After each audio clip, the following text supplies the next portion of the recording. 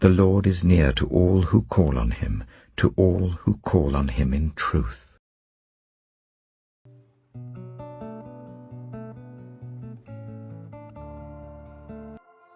Samuel chapter 28. In those days the Philistines gathered their forces to fight against Israel. Achish said to David, "You must understand that you and your men will accompany me in the army." David said, "Then you will see for yourself what your servant can do." Achish replied, "Very well. I will make you my bodyguard for life." Now Samuel was dead, and all Israel had mourned for him and buried him in his own town of Ramah. Saul had expelled the mediums and spiritists from the land. The Philistines assembled and came up and set up camp at Shunem, while Saul gathered all Israel and set up camp at Gilboa. When Saul saw the Philistine army, he was afraid. Terror filled his heart. He inquired of the Lord, but the Lord did not answer him by dreams or Urim or prophets. Saul then said to his attendants, "Find me a woman who is a medium, so that I may go and inquire of her." "There is one in Endor," they said. So Saul disguised himself, putting on other clothes, and at night he and 2 men went to the woman. "Consult a spirit for me," he said, "and bring up for me the one I name." But the woman said to him, "Surely you know what Saul has done. He has cut off the mediums and spiritists from the land. Why have you set a trap for my life to bring about my death?" Saul swore to her by the Lord, "As surely as the Lord lives, you will not be punished for this." Then the woman asked, "Whom shall I bring up for you?" "Bring up Samuel," he said. When the woman saw Samuel, she cried out at the top of her voice and said to Saul, "Why have you deceived me? You are Saul." The king said to her, "Don't be afraid. What do you see?" The woman said, "I see a ghostly figure coming up out of the earth." "What does he look like?" he asked. "An old man wearing a robe is coming up," she said. Then Saul knew it was Samuel, and he bowed down and prostrated himself with his face to the ground. Samuel said to Saul, "Why have you disturbed me by bringing me up?" "I am in great distress," Saul said. "The Philistines are fighting against me, and God has departed from me. He no longer answers me either by prophets or by dreams. So I have called on you to tell me what to do." Samuel said, "Why do you consult me, now that the Lord has departed from you and become your enemy? The Lord has done what he predicted through me. The Lord has torn the kingdom out of your hands and given it to one of your neighbors, to David. Because you did not obey the Lord or carry out his fierce wrath against the Amalekites, the Lord has done this to you today. The Lord will deliver both Israel and you into the hands of the Philistines, and tomorrow you and your sons will be with me. The Lord will also give the army of Israel into the hands of the Philistines." Immediately Saul fell full length on the ground, filled with fear because of Samuel's words. His strength was gone, for he had eaten nothing all that day and all that night. When the woman came to Saul and saw that he was greatly shaken, she said, "Look, your servant has obeyed you. I took my life in my hands and did what you told me to do. Now please listen to your servant, and let me give you some food, so that you may eat and have the strength to go on your way." He refused and said, "I will not eat." But his men joined with the woman in urging him, and he listened to them. He got up from the ground and sat on the couch. The woman had a fattened calf at the house, which she slaughtered at once. She took some flour, kneaded it, and baked bread without yeast. Then she set it before Saul and his men, and they ate. That same night they got up and left. 1 Samuel chapter 29. The Philistines gathered all their forces at Aphek, and Israel camped by the spring in Jezreel. As the Philistine rulers marched with their units of hundreds and thousands, David and his men were marching at the rear with Achish. The commanders of the Philistines asked, "What about these Hebrews?" Achish replied, "Is this not David, who was an officer of Saul, king of Israel? He has already been with me for over a year, and from the day he left Saul until now, I have found no fault in him." But the Philistine commanders were angry with Achish and said, "Send the man back, that he may return to the place you assigned him. He must not go with us into battle, or he will turn against us during the fighting. How better could he regain his master's favor than by taking the heads of our own men? Isn't this the David they sang about in their dances? Saul has slain his thousands, and David his tens of thousands." So Achish called David and said to him, "As surely as the Lord lives, you have been reliable, and I would be pleased for you to serve with me in the army. From the day you came to me until today, I have found no fault in you, but the rulers don't approve of you. Now turn back and go in peace. Do nothing to displease the Philistine rulers." "But what have I done?" asked David. "What have you found against your servant from the day I came to you until now?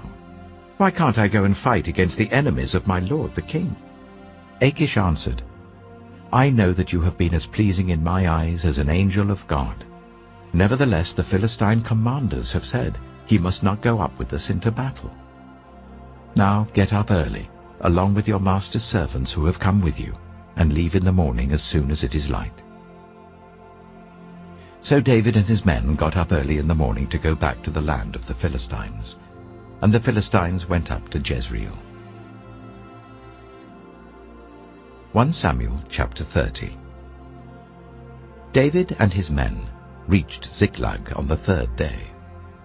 Now the Amalekites had raided the Negev and Ziklag. They had attacked Ziklag and burned it, and had taken captive the women and everyone else in it, both young and old. They killed none of them, but carried them off as they went on their way.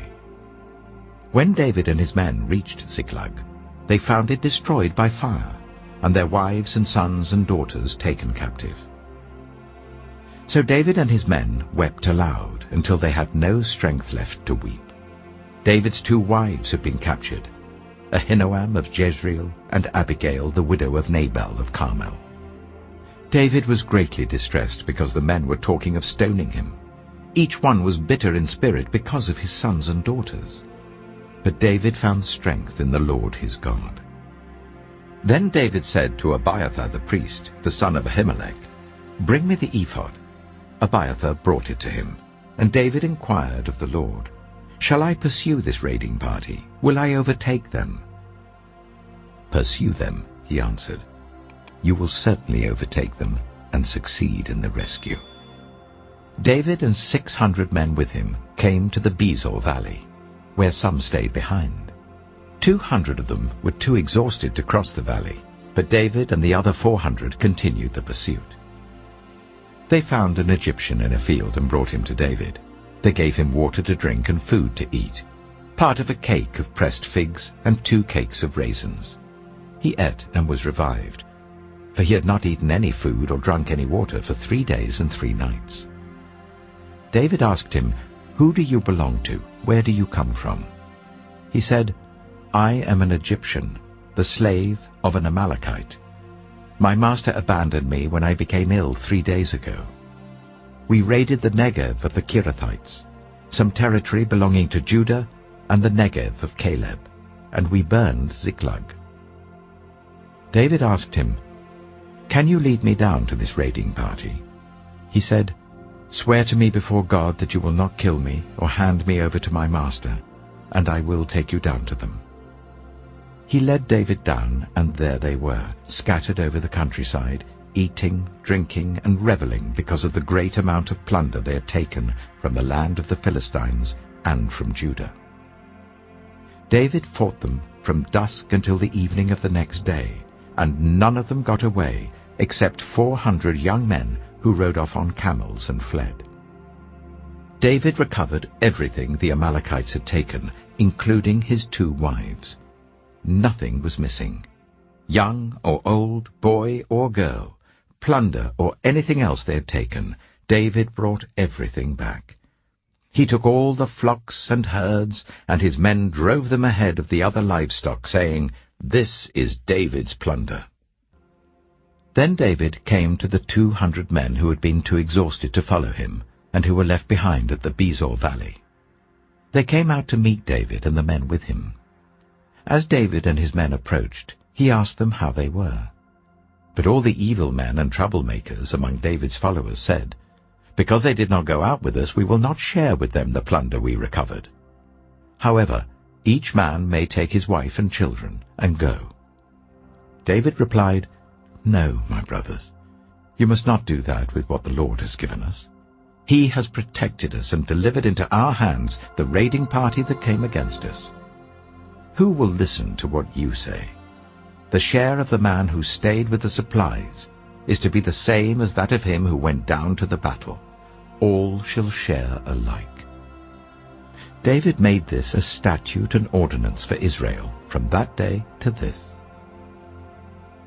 When David reached Ziklag, he sent some of the plunder to the elders of Judah who were his friends, saying, "Here is a gift for you from the plunder of the Lord's enemies." David sent it to those who were in Bethel, Ramoth-Negev, and Yattah, to those in Aroah, Siphmoth, and Eshtemoa, and Rachel, to those in the towns of the Jerahmeelites and the Kenites, to those in Hormah, Bor-Ashan, Athak, and Hebron, and to those in all the other places where he and his men had roamed. 1 Samuel chapter 31. Now the Philistines fought against Israel. The Israelites fled before them, and many fell dead on Mount Gilboa. The Philistines were in hot pursuit of Saul and his sons, and they killed his sons Jonathan, Abinadab, and Malchishua. The fighting grew fierce around Saul, and when the archers overtook him, they wounded him critically. Saul said to his armor-bearer, "Draw your sword and run me through, or these uncircumcised fellows will come and run me through and abuse me." But the armor-bearer was terrified and would not do it. So Saul took his own sword and fell on it. When the armor-bearer saw that Saul was dead, he too fell on his sword and died with him. So Saul and his 3 sons and his armor-bearer and all his men died together that same day. When the Israelites along the valley and those across the Jordan saw that the Israelite army had fled, and that Saul and his sons had died, they abandoned their towns and fled. And the Philistines came and occupied them. The next day, when the Philistines came to strip the dead, they found Saul and his 3 sons fallen on Mount Gilboa. They cut off his head and stripped off his armor, and they sent messengers throughout the land of the Philistines to proclaim the news in the temple of their idols and among their people. They put his armor in the temple of the Ashtoreths and fastened his body to the wall of Beth-shan.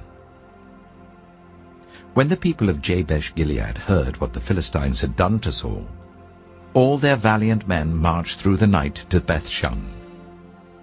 They took down the bodies of Saul and his sons from the wall of Beth-shan and went to Jabesh, where they burned them.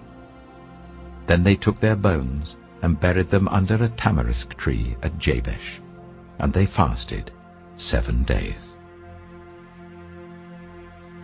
Finally, brothers and sisters, whatever is true, whatever is noble, whatever is right, whatever is pure, whatever is lovely, whatever is admirable, if anything is excellent or praiseworthy, think about such things. Whatever you have learned, or received or heard from me, or seen in me, put it into practice, and the God of peace will be with you. The grace of the Lord Jesus Christ be with your spirit. Amen.